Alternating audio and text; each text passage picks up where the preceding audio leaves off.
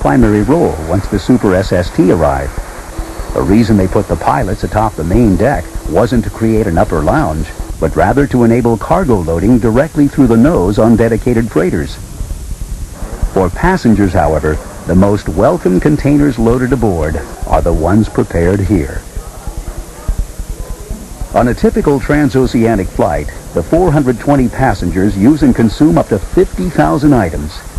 The vast majority of the things consumed come from flight kitchens, like this Dobbs International facility at John F. Kennedy International Airport in New York.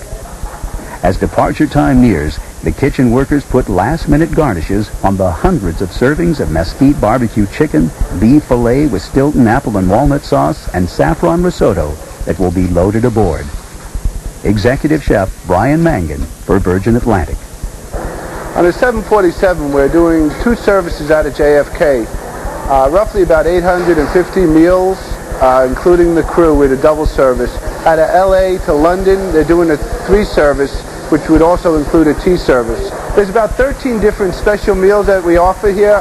The top 3 would be the vegetarian, low-cal, low-fat, and the child meal.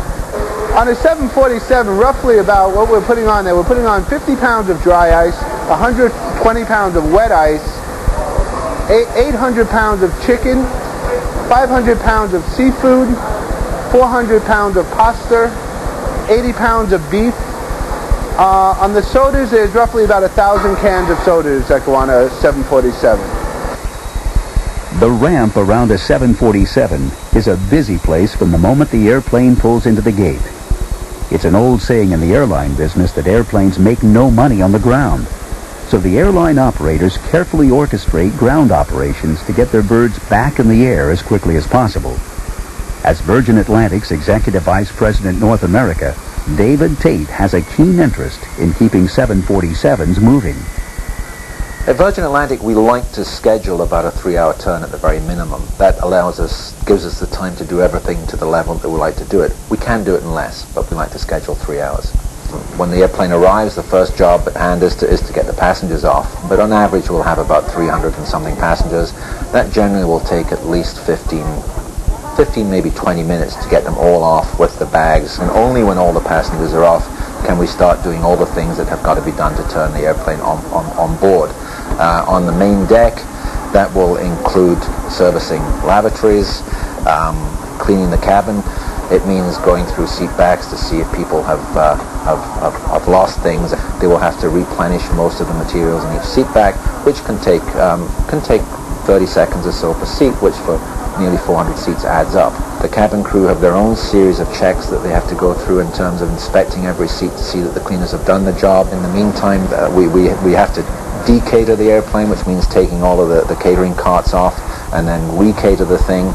A full 747 will generally carry something like 4 tons of food and beverage for the passengers, so that's quite a bit. Obviously, it's loaded in containers, and those have all pre-assigned spots, so it's quite a well-refined science. Below decks, there's a lot of technical things going on. The passengers like to arrive with their bags, so while they're coming off, we're already unloading the cans underneath them. On average, a 747 flight carries 500 pieces of luggage or more in its belly. Once the airplane arrives at its destination, these have to be removed quickly and brought to the baggage claim. After the bags and cargo are removed, the process reverses. The powerful main deck loaders lift shipping containers filled with cargo and passenger bags up to the belly doors. Automatic rollers slide the containers into place where they're secured. Meanwhile, the laboratory truck, known to one and all as the honey cart, goes about its business emptying the aircraft's 4-tank, 300-gallon vacuum waste system. And tanker trucks pump up to 57,285 gallons of jet fuel aboard. That's enough liquid to fill 2 suburban swimming pools. The first officer does the walk-around inspection looking for anything out of the ordinary. Then he joins the captain on the flight deck for their final pre-flight checks. And flight attendants prepare for the 400 guests who will be coming to dinner. When all of those are comfortable with the state of the cabin and the state of the airplane, we'll give the word to our ground crew that we're ready to board the airplane. Boarding a 747 is quite a long process. You can board one passenger every 5 seconds, so generally speaking you need a full 30 to 45 minutes to board simply to get the passengers on board the airplane. And that's before you get them bedded down with seat belts on and everything stowed. But soon the cargo is secured, passengers settled. The moment for pushback arrives.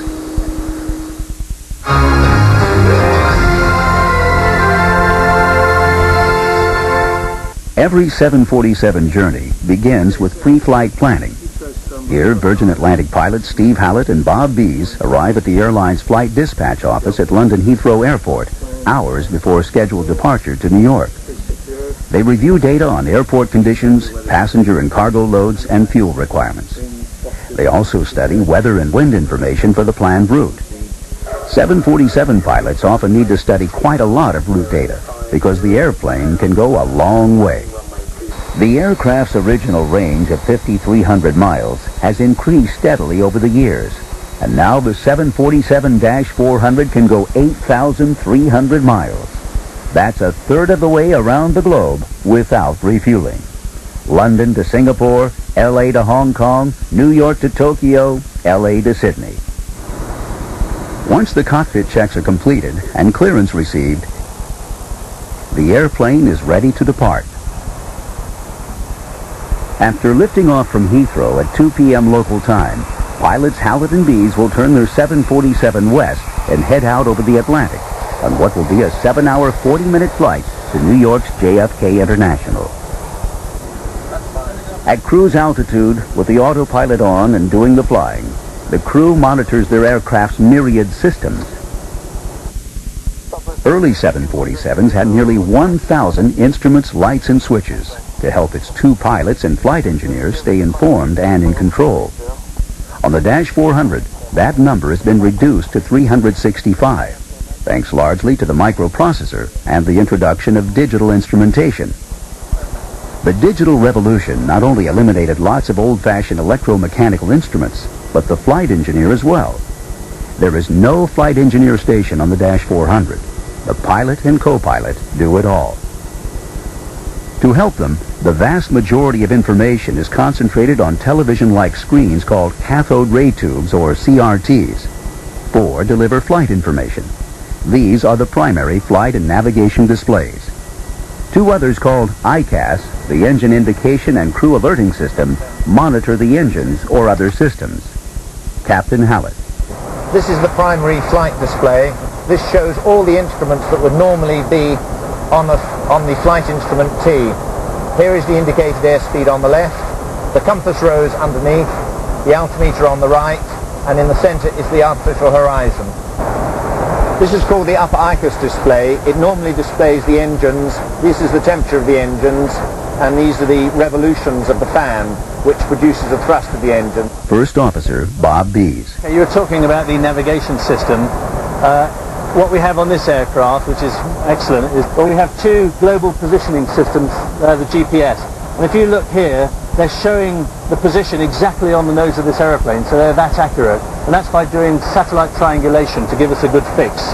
The TCAS, which actually stands for Traffic Collision Avoidance System, which shows us where other aircraft are relative to us. We have here one aircraft who's 22 miles ahead of us, 2,000 feet below us. Today, the 747 is almost fully automated. Shortly after raising the landing gear, the pilots switch on the autopilot and then oversee the proper functioning of the aircraft systems and their progress along the planned route. The computerized flight director can fly more precisely than any human. In fact, the pilots can tell the autopilot the time and altitude they want to be at a certain fix, and the computer will adjust power and flight path accordingly. As the hands-free super long-range aircraft was evolving, Boeing engineers had a new worry. Lynn Flint, Chief Engineer of Systems on the 747, explains. The 747 flies so far that there was concern that the crew wouldn't be alert, and so we added a crew alertness system. Basically, if the crew doesn't interact with the systems, every 15 to 20 minutes, they get either an aural or a visual warning. There's a footnote to describing the Dash 400 as a two-pilot airplane. This newest 7.4 can easily fly 15 or 16 hours without refueling. Although pilots typically have 12 hours or more of rest before every long-distance flight, they're usually restricted to 8 hours of flying on any single day. Consequently, backup crews are carried to relieve the primary pilots in flight. There's a tiny